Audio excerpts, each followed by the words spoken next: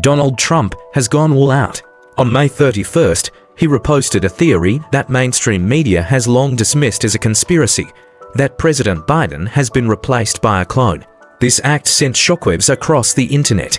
What was the true intention behind Trump's unusual move? Meanwhile, a separate incident created a stir.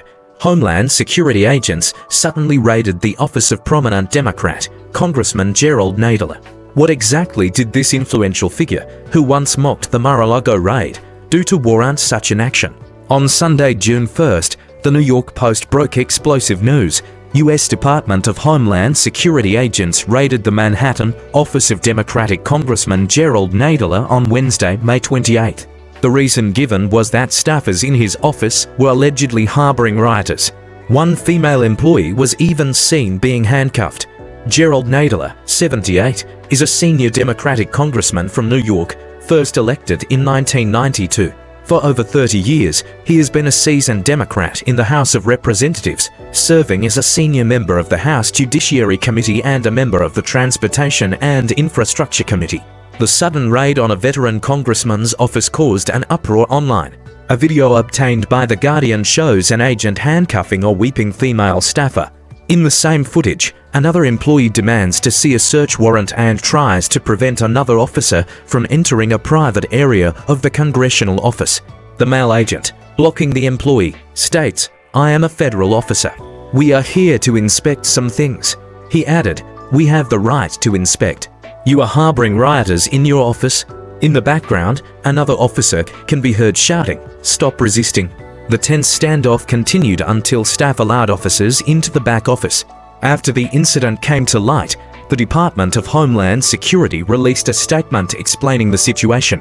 The statement said that Federal Protective Service (FPS) officers responded to reports and went to the congressional office for a security check. Given previous incidents at nearby facilities, FPS officers were concerned for the safety of federal employees within the office and went to the scene to ensure the safety and well-being of those present. Incidentally, the FPS is a law enforcement agency under the U.S. Department of Homeland Security, responsible for protecting federal government buildings, property, and the safety of people working and visiting those facilities. The statement continued, "Upon the officers' arrival, a woman who was briefly detained verbally confronted officers after they identified themselves and explained their purpose, and forcibly obstructed their entry into the office. Officers then detained the woman in the hallway to complete the inspection." Congressman Jerrold Nadler was furious. In a statement to Politico, he declared, "President Trump and the Department of Homeland Security are creating chaos in our communities, using intimidation tactics against citizens and non-citizens in a reckless and dangerous manner." He added, "If this can happen in a congressman's office, it can happen to anyone. And it is happening." In an interview with the New York Times, Nadler also harshly criticized Trump, saying angrily, "The Trump administration is trying to intimidate members of Congress. They are acting like fascists. We must fight them. We don't want to be a fascist country." Nadler's words immediately sparked debate on social media. Netizens mocked him, saying that Nadler, who supported the FBI's raid on Mar-a-Lago, was now getting a taste of his own medicine.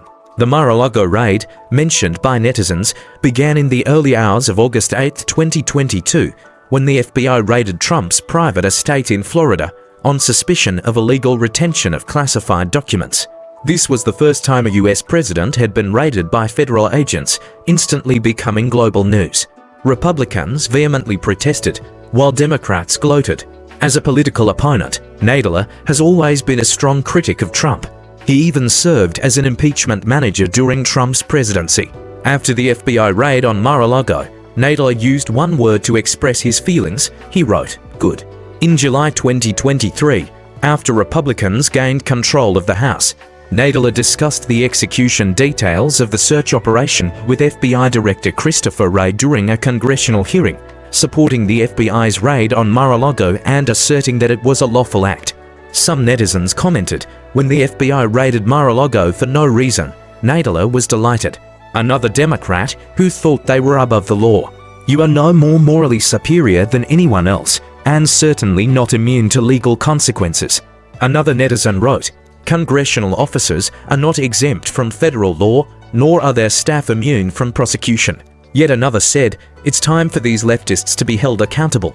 Now take them to AOC's house, and let's see her cry and scream and tell us how unfair and immoral it all is, just like she did during Trump's first term."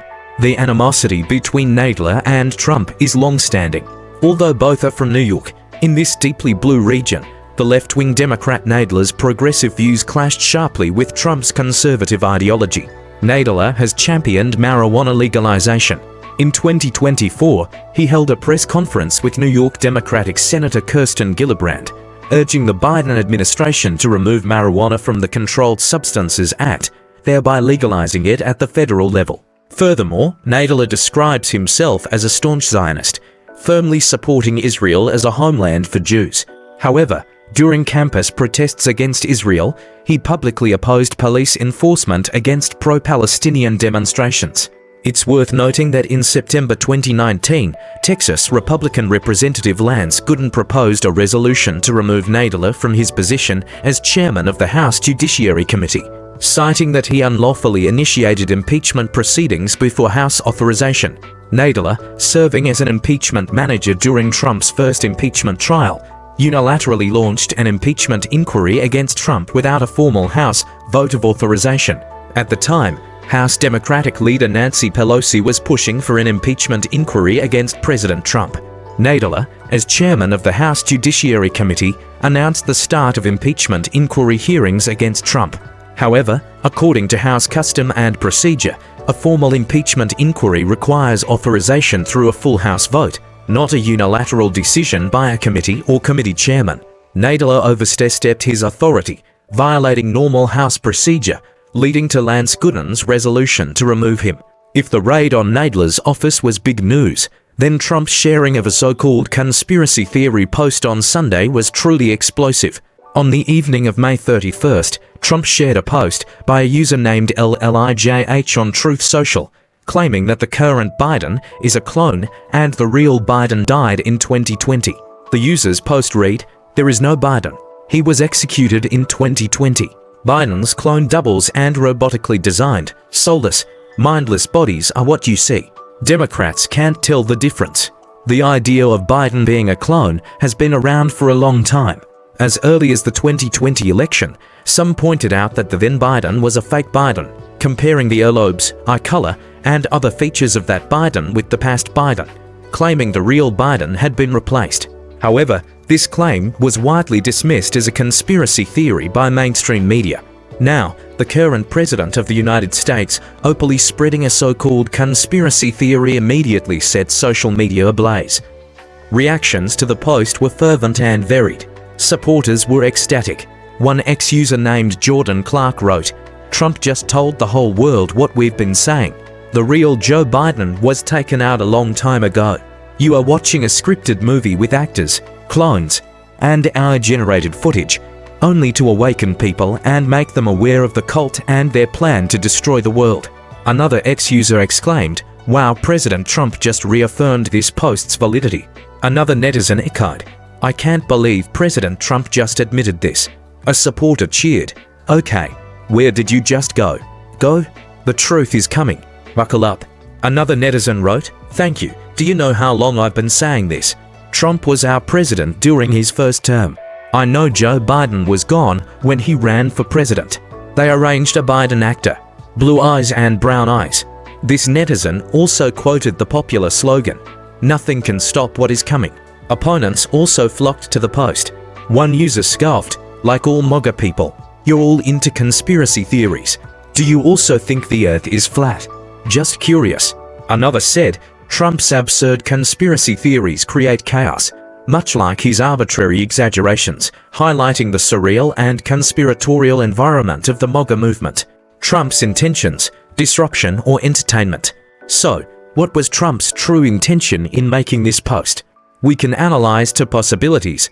One possibility is that something big is about to happen. As a master of media operations, Trump might be trying to use this unusual method to draw renewed media attention to Biden and discuss the problems of his administration. Will significant events unfold next? For example, have investigations into the Durham report made progress, Or is the FBI about to reveal truths related to former director James Comey or even Barack Obama? Another possibility is to entertain and mock Biden. As a highly entertaining figure, Trump always manages to do something different to attract public attention while driving traffic to Truth Social. Of course, perhaps both possibilities are true, achieving a win-win situation. Regardless, Trump's post also caught the attention of mainstream media. One user was curious about the mainstream media's reaction, writing, "So Trump posted a link saying Biden was executed in 2020. Trump is a legendary troll. I can't wait to see what the mainstream media has to say about it." Indeed, mainstream media immediately responded, stating that this was not the first time Trump had danced with conspiracy theories. Reports noted that during his first presidential term, Trump repeatedly endorsed unsubstantiated conspiracy theories, refused to fully distance himself from Canaan, accused the 2020 election of massive voter fraud, and long questioned Obama's birthplace, among other things. Finally, let's look at the progress of the Melody Act. Recently, the House of Representatives narrowly passed the Trump administration's new tax cut bill, the Melody Act, short for Make Every Life Delicious for Youngsters and Others, with a slim margin of 215 votes in favor and 214 against. This bill is considered to be Trump's most important legislative achievement for a potential second term. The bill has now been sent to the Senate. However, so far, several Republican senators have expressed dissatisfaction with its unbalanced budget and stated that they will not support the Melody Act unless modifications are made. On May 31st, Trump posted on Truth Social, warning Kentucky Republican Senator Rand Paul that if he votes against the Melody Act, it would play right into the Democrats' hands. Trump wrote, "If Rand votes against our bill, he is effectively with the radical left Democrats, supporting a 68% tax increase. Even worse, this could lead to the first debt default in American history." He also emphasized, "Rand is playing right into the Democrats' hands. The great people of Kentucky will never forgive him. We are experiencing growth, and subsequent spending cuts will solve all problems. America will be stronger than ever." Before this, on May 25th, Paul stated on Fox News' Flag News program that he supported the tax cuts and spending cuts in the bill but criticized these measures as weak. He worried that the bill could lead to a surge in debt, with the House version potentially adding $4 trillion to the debt, and the Senate version possibly reaching $5 trillion. Meanwhile, Democrats have fiercely attacked the Melody Act's Medicaid reforms, claiming it could lead to 13.7 million Americans losing health insurance before the 2026 midterm elections. The Congressional Budget Office (CBO) predicts that 8.6 million people will lose health insurance by 2034, including 5 million affected by the expiration of Affordable Care Act tax credits. This time, Trump expressed willingness to accept modifications to the bill. He said, "I hope the Senate and the members of the House can make the changes they want. The bill will go back to the House, and we'll see if it can pass again. Frankly, in some cases, I might agree to these changes." Besides tax cuts, the Melody Act also includes stricter requirements for Medicaid, modifications to the Supplemental Nutrition Assistance Program, and tax exemptions for overtime pay and tips. Trump's statement about playing right into their hands refers to the Democrats' objective in fiercely attacking the Melody Act to protect policy benefits like the Affordable Care Act. If some Republicans defect, Democrats could not only block the bill's passage but also use it to attack Republicans' credibility on social issues like healthcare, cruelly accumulating leverage for the 2026 midterm elections. In response, Indiana Republican Representative Erin Houken refuted the Democrats' criticisms as lies. She emphasized that the 5 million people losing health insurance are due to the Democrats' own set expiration date for the Affordable Care Act tax credits, and the CBO's figures have always had discrepancies and should not be blindly trusted by the American people. That's all for today. If you enjoyed our program, please subscribe, like, and share. Thank you, everyone. See you next time.